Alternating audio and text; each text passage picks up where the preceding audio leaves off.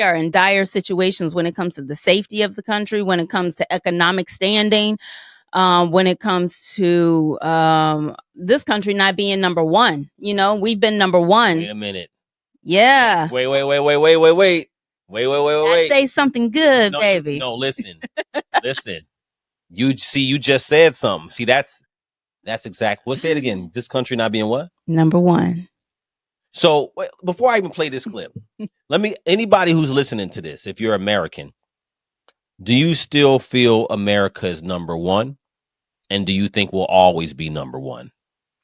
Now, it's rhetorical right now, right? Because there's no audience, that can respond back at this moment. But this is what I believe. I believe if you ask most Americans, the default answer might be like, yeah, we're still the richest country and we can still do all these things. We should be providing universal health care. We should be able to do these things. We should be able to support whatever war, whatever it is. America is still number one, right? Mm-hmm. And then you ask some people, they may say we're not number one. But I think that generally Americans feel like we are number one. Mm-hmm. And I say that to say that where America actually is now and where it's going Mm-hmm. is the biggest conversation that Americans, I feel, aren't having. Yeah. So, and I'm going to tell you why. So let's say this. People don't like Donald Trump and Elon. We understand that. They don't like this administration. They think the administration is reckless and they are doing all these things either in the wrong order or in the wrong way, right? We understand that. Now, let me go back to Mark Lamont and Richard Wolff real quick. Over here and put on my red MAGA hat for a second. I'm going to represent the position of Trump potentially. Good. Yeah, we're cutting taxes for the richest among us. Yes, we're giving more and more benefits to corporations, but that will create jobs. That will allow us to take risks. That will allow us to spark innovation. That will allow us to create the next big market that will allow for, more wealth for everybody. If we build a new internet, if we build a new auto industry, if we build a new thing, everybody gets a job, everybody wins, more money's on the table. This was a reasonable argument. I don't think it was ever true. I'm a professor of economics. I've studied it all my life. What you're saying is a nice way, better way than they usually do, for what used to be called trickle-down economics. You help the folks at the top, you boost the profits, you give them a tax cut, and it'll trickle down to a good job for me and all that. I'm going to be more nice now than I ought to be. There was a grain of truth to that, but it isn't anymore. And that's perhaps the most important thing that I can tell you. And I'll say it as bluntly as I know how. The American empire is over. We're done. We peaked about 12, 15 years ago, and we are on a down. And it's very hard for the American people, which I understand. I am one. It's hard to get your head around that. We've had a century of on the way up, which is a lot more fun than on the way down. But it does happen to every empire. We're only the latest. Look at the British, how far they've fallen. We're in that process. So the problem with the trickle down is, yeah, there might be more jobs, but they're going to be created in China. They're going to be created in Brazil. They're going to be created in India.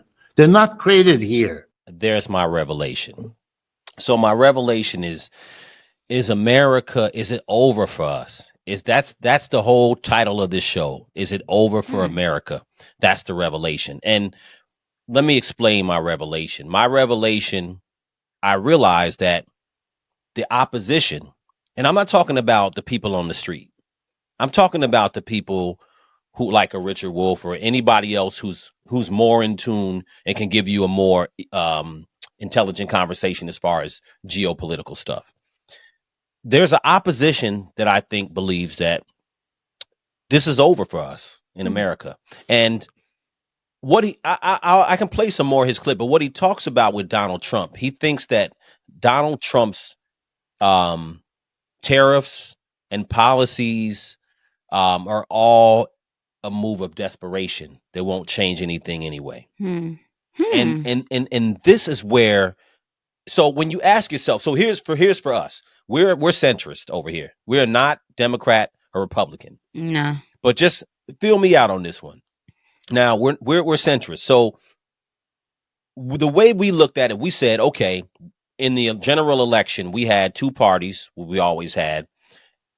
We both, I guess I can speak for both of us here. We both didn't vote for Kamala because she didn't present a plan based on, and I told The dire my situations. dire situation. So Yeah, there were that was three happening. things we looked at. Three Yeah. things we looked at were um, immigration, the Immigration. national deficit, and Mm-hmm. trade imbalances. We learned more about it, right? Mm-hmm. So The economy. the economy in Yeah. general, Mm-hmm. which includes the economy. So when you look at those things, I don't feel like the Democrats had a plan To address to those address those issues. things. Mm-hmm. And so Trump had a plan to address it. Now that he's doing it, okay, we could have a conversation about whether we don't like what he did, what he's doing. But what I'm realizing now is there is a huge faction of those who feel like it's not going to make a difference anyway. So the question is, do y'all feel like it's just game over and y'all ain't doing anything? Y'all don't want to do anything No, regardless. I don't think that's the answer. I don't think that's the answer You too. can't just sit on your hands and do nothing. Absolutely not. That's not the answer.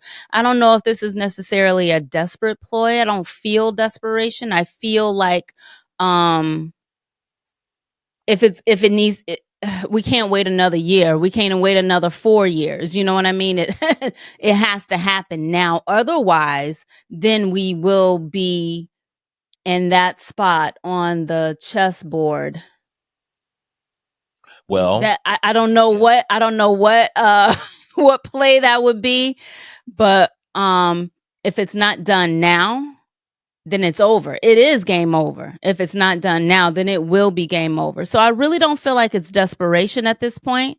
I think right now I still feel like we have the upper hand as a country.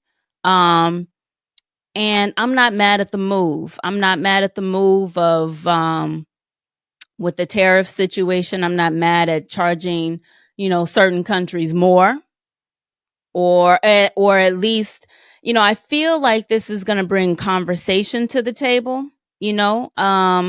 Yeah, it's a bold move. It's probably a move that we will probably feel temporarily, but I think it's helping to bring conversation to the table because we do business with other countries. That's this is like a business situation here, like a business move, I Trade, guess. yeah. It's trade, Yeah, so business, we yeah. do business and exchanges with people around the world. So we just want to make sure we get a fair deal, so that everybody can make money and support the citizens in the country. So I'm not mad at it, and I feel like this is not the final the final amount or the final ruling on tariffs.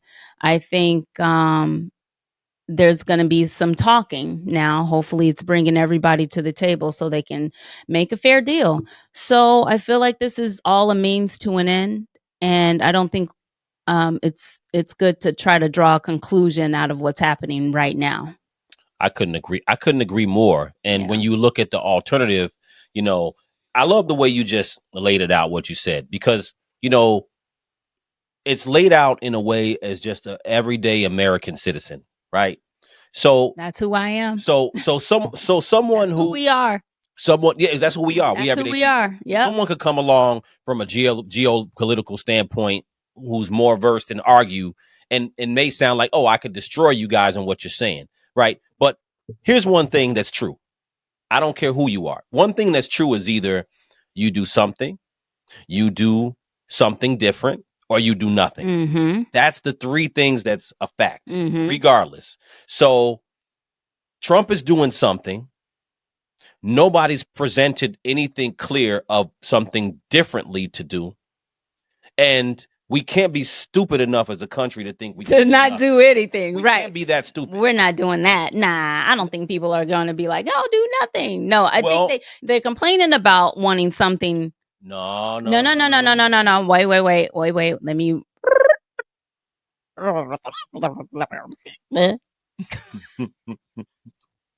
why I'm that bad.